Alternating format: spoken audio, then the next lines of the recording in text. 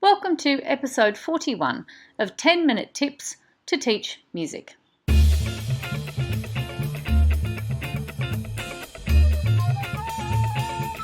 Welcome to 10-Minute Tips to Teach Music with Clarissa Custom Music's very own Kerry Lacey.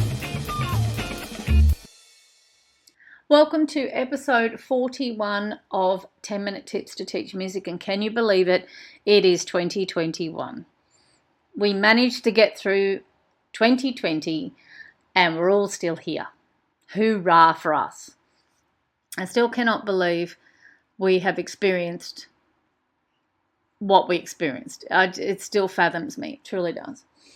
Anyway, now that we've managed to get through this pandemic to some degree and we're living with COVID and we have a bit of an idea and we have a lot more understanding and we know what we're in for as far as that is concerned, let's get back on to the job at hand. Before the pandemic started, just before it started, I was about to launch into my new focus area, which was how to build music departments of your dreams. And I was talking in my podcast about strengths and unity and talking about Enneagrams and talking about how to best develop your music departments of your dreams. And I was talking about culture and various other things.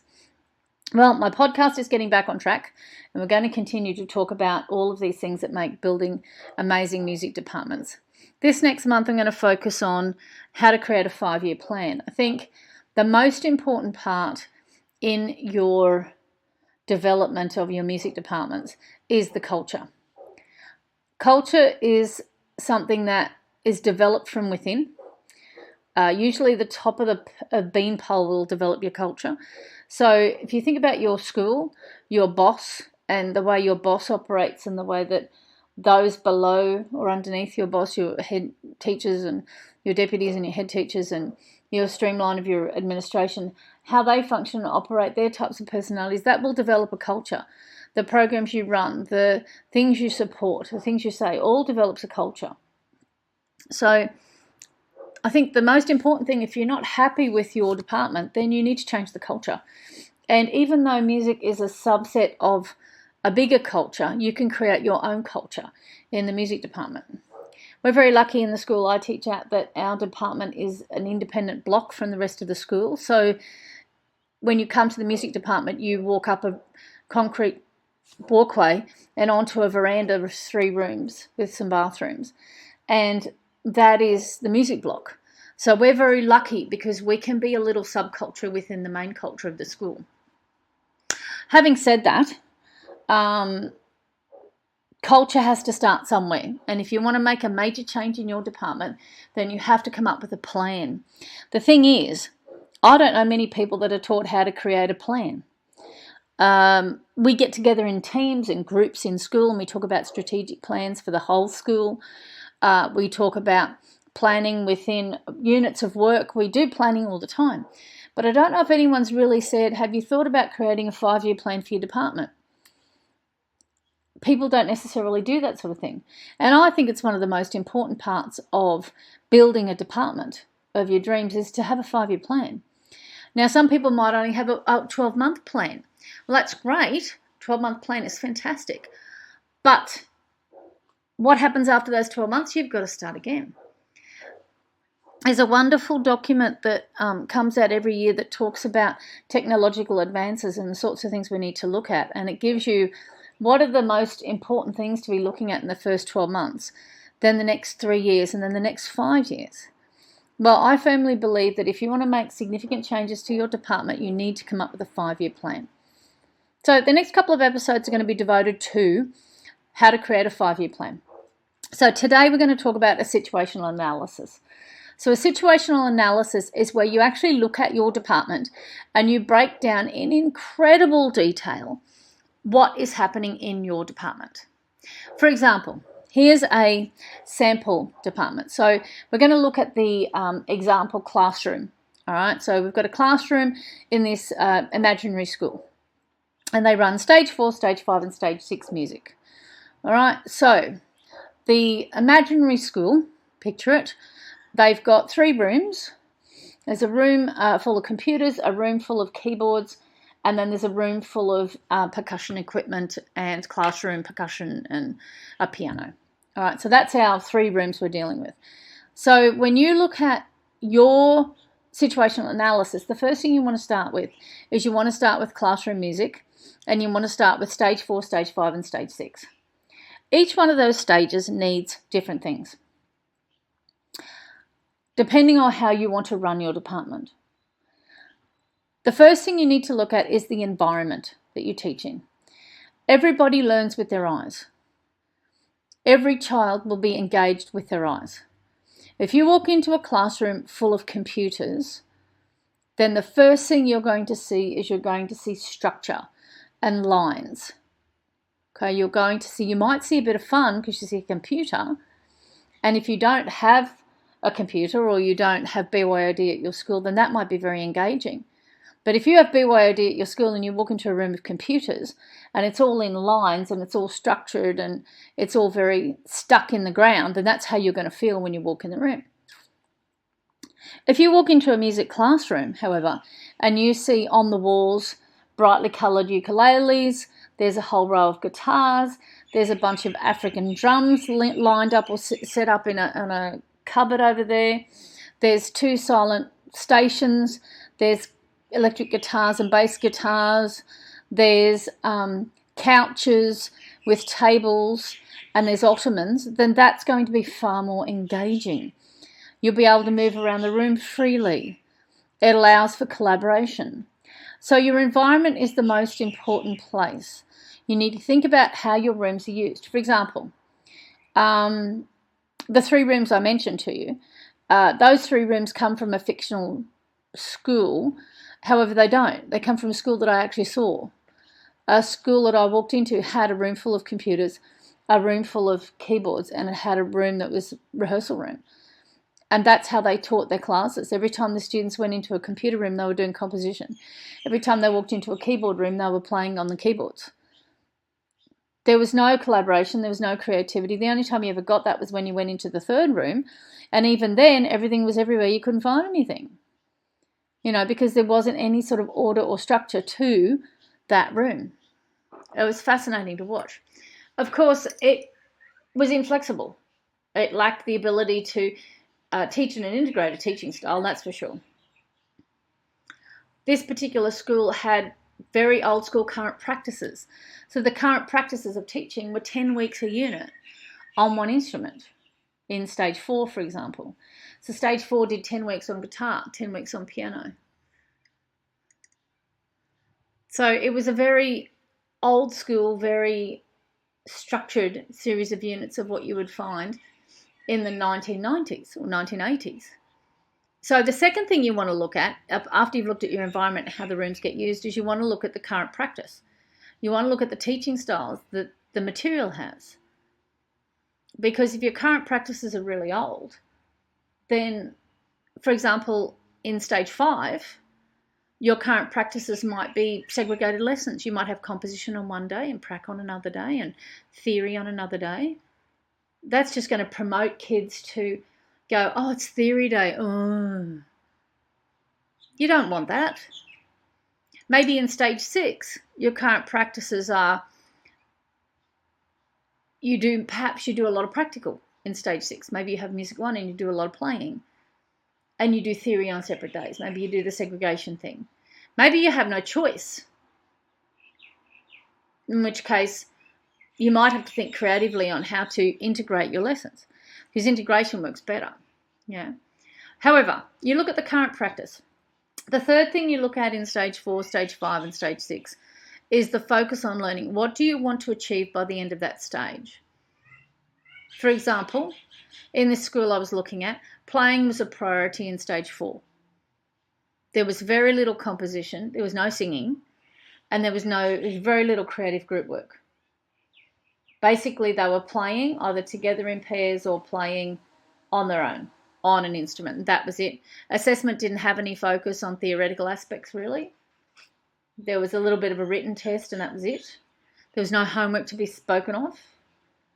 It was fascinating to see the current practices. In the stage 5, composition was done on a computer. And the theoretical work wasn't very strong. There wasn't any harmony work being done terribly much in stage 5. There's a bit of singing being done, but no sight singing.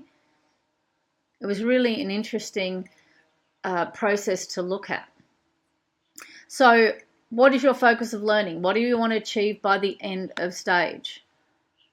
Which of course also involves your assessment. Now with your 5-year plan situational analysis, you pull apart stage 4, stage 5 and stage 6 and all of its goals. For example, you might have music 2, music extension, music 1, and you might even have vet entertainment in your stage 6 programming. So treat them all separately. You can even go to the detail of treating year 7 and year 8 separately, year 9 and year 10 separately. But the situational analysis, the detail is the most important. For example, when I did a situational analysis on my stage 6 music 2 students, there wasn't a lot of compositional developmental skill set coming in year 11. Sight singing skill set was non-existent. It all had to be started in year 11. Their analytical skills were very weak because there wasn't a lot going on in stage 4 or stage 5. And the strategy with the paper was tending to be smashed out at the end rather than developed throughout the 2-year course. So those were some of the areas of concern for Music 2 that needed to be corrected in stage 4 and stage 5. Now the second program you want to look at is your co-curricular program if you have one. So this is where the magic happens, because in the co-curricular program you have basically, you want to do general comments first. You want to look at what happens. For example, in a school I was once in, there was a very fully functioning stage band, very strong stage band, which had a strong performing schedule. There was a junior group, a junior stage band, and there was a concert band. And the concert band seemed to only do band festivals and maybe education week and occasionally the concert at the school. But there didn't seem to be a performance set up for that particular group. There seemed to be communication between parents and students. There was some communication, but there was a lack of details about performances or external gigs and things that groups had to do. Out of area kids, so kids out of the area that were coming in this particular school who were specialty music, weren't continuing when they got to the school. They were using it as a way to get into the school, but then they weren't actually continuing. So there was no identification process when kids came into the school. So with your co-curricular, you want to do a nice detailed analysis of what the general structure is that you have. And then what you want to do is you want to take each ensemble and you want to detail what's going on. How many kids are in the group? What sort of material is being used? Do they do any performances? When is their rehearsal time? Is the structure? What's the director like? Does the director focus too much on a particular type of repertoire? What's their ensemble behaviour like? So they're the sorts of things you want to analyse when you get to your ensembles. And then this is the tough one. It's the staff. Now, when I first looked at the situational analysis for the school I currently am at, I had to do an analysis on the staff because they were the people that were working with me as part of our team to change what was going on at the school in the music department. So looking at the staff is a tricky one. You have to be honest. You have to talk about what their strengths are, what their weaknesses are. Now, they may have an incredibly strong technological focus, which is great. And you might have another staff member who is weak in technology. So you need to think about how best to use people's strengths and personalities to their advantage. That's why we do the strengths and the Enneagram tests.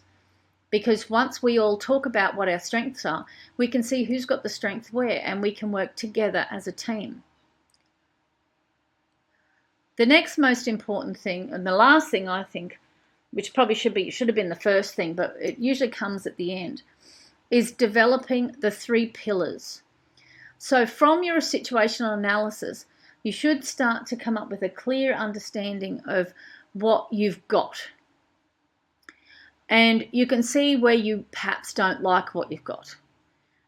And from that, you might be able to develop 3 pillars. For example, the 3 pillars in the department I work in is collaboration, creativity, and kindness. There are 3 pillars. And so everything revolved around that in the first 5-year plan. Collaboration, creativity, and kindness.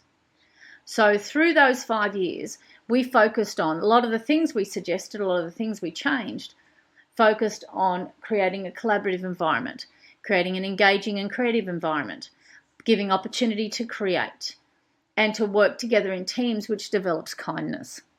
So when you're looking at your first 5-year plan, the situational analysis will give you a good idea of what's going on in your department.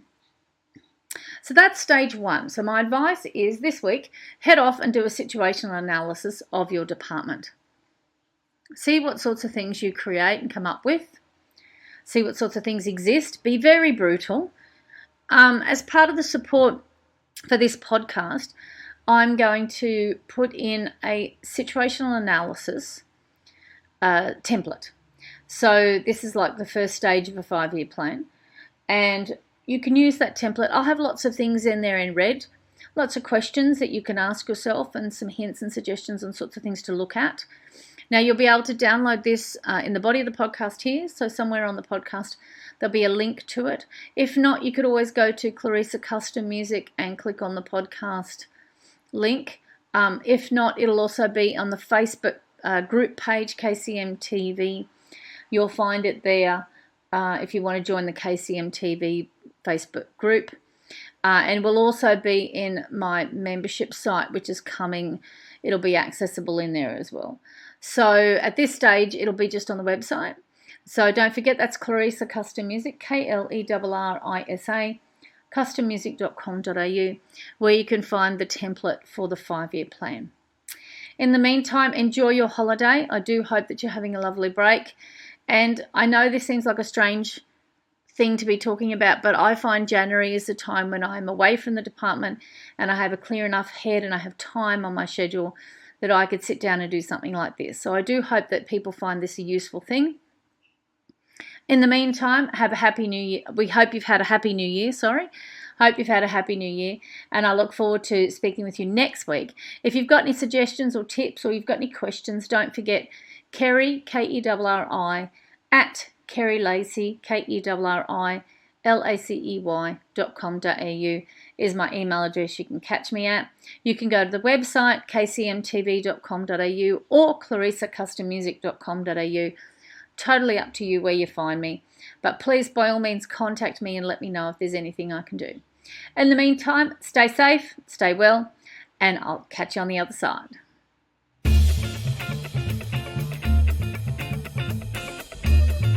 You've been listening to 10-Minute Tips to Teach Music with Clarissa Custom Music's Kerry Lacey.